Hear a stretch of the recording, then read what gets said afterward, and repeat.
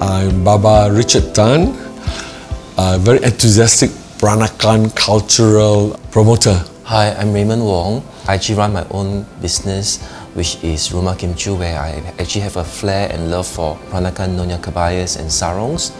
And I'm also currently an active member in the Peranakan Association, working with our Peranakan community to promote the Peranakan Chinese culture.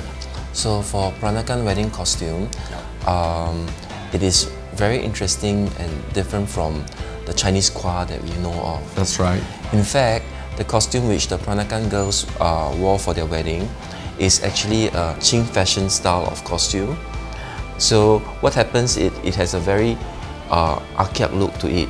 The wedding costume, they have the phoenix collar. That's right. So that means she looks like a full Yes, she's supposed to royal look phoenix like for a a royal day. phoenix getting married to the dragon. And next would be the headgear. That's right. The headgear is actually really not Chinese.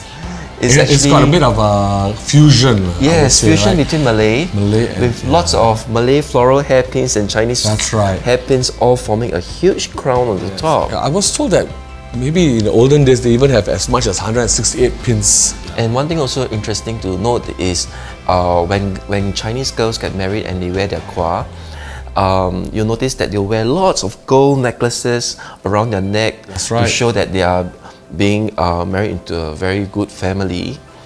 And the Peranakans had our own version. It's called a boita. Yeah. So boita has got all kinds of brooch and pins. Yes, and it's all the Peranakan design brooches, filigree designs with rose-cut diamonds and stuff. Yeah, it's basically also to show off the wealth of the family. I think there's a saying in the Peranakan community that if a woman can dress well, it reflects well on the husband's well-being. That's true. And also for the groom, as you say earlier on, he looks like the dragon. Right? Correct. So he's also very majestically dressed, and usually you also have a brooch in the center. Actually, the 12-day wedding ceremony is actually a misconception. Actually, Exactly. Yes. I agree with you. It is held over a period of 12 days. But it cannot be every day it's a wedding I think the girl will be they so will tired all burn out by then. Yeah. Correct. So I think if I'm not mistaken, it's the first day. The first day is the Kawin Belara, is when the groom goes to the bride's house. Correct. And then they rest on the second day. And then the third day is when the bride goes home, right, to pay respect to her parents. Kawin 3 hari, right? And I will even say that maybe the fourth day is when they take a break. Correct. Because I know on the fifth and sixth day there are two celebrations. The fifth day is when the bride or the groom would host a dinner party to thank their helpers and friends and relatives who help in the wedding. So hence the fifth and sixth day they have their own banquet for their own sites.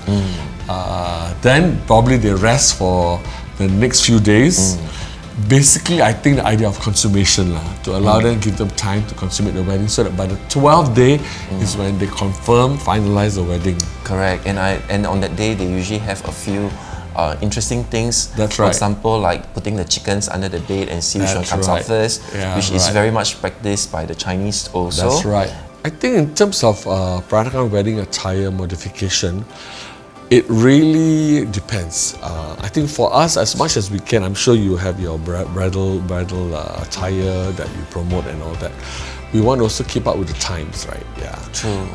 For example, about a few years ago, I hosted a Peranakan wedding where it was a Christian family.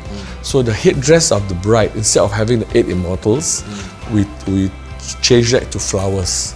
So flowers also symbolism, you know, of blossoming of a marriage and all that. The 12 dishes are auspicious, right? And 12 dishes, usually you will need meat dishes like duck, chicken, then you have fish, you have your pork, right? Then of course there's also the vegetables and all the red curries and all that. If you remember that every Chinese New Year there's a ceremony where you pray to the Tikong. That's right. I ever heard an elder ever shared that when you pray to the Tikong, you must have the Sangkai. That's right. Which means completeness. That's right. That means food that animals that can fly, Yes. animals that walk on the land, That's and right. animals from the sea. That's right. So you to symbolize completeness. So maybe like what you said, those dishes that you mentioned, like duck and chicken, and pork, and you must have seafood. This would also could mean completeness in the wedding actually. Yeah. I think the lap chai ceremony is very simplified nowadays. Very simplified. Very simplified. Yeah, very simplified.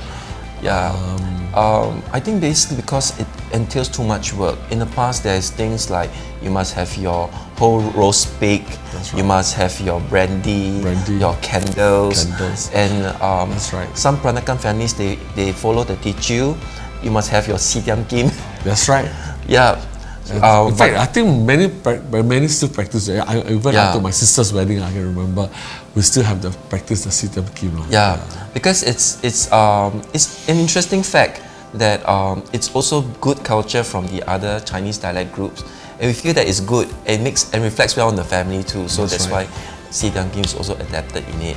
But instead of the usual Sidiam Kim, we will have like our gold bell, our krongsang, our earrings, and then your the necklace, necklace or or the ring, bracelet. depending Yeah, on that's whichever item. Which is 4 essential items that the Nyonya, when she wears a kebaya, should need to use those items. Yes.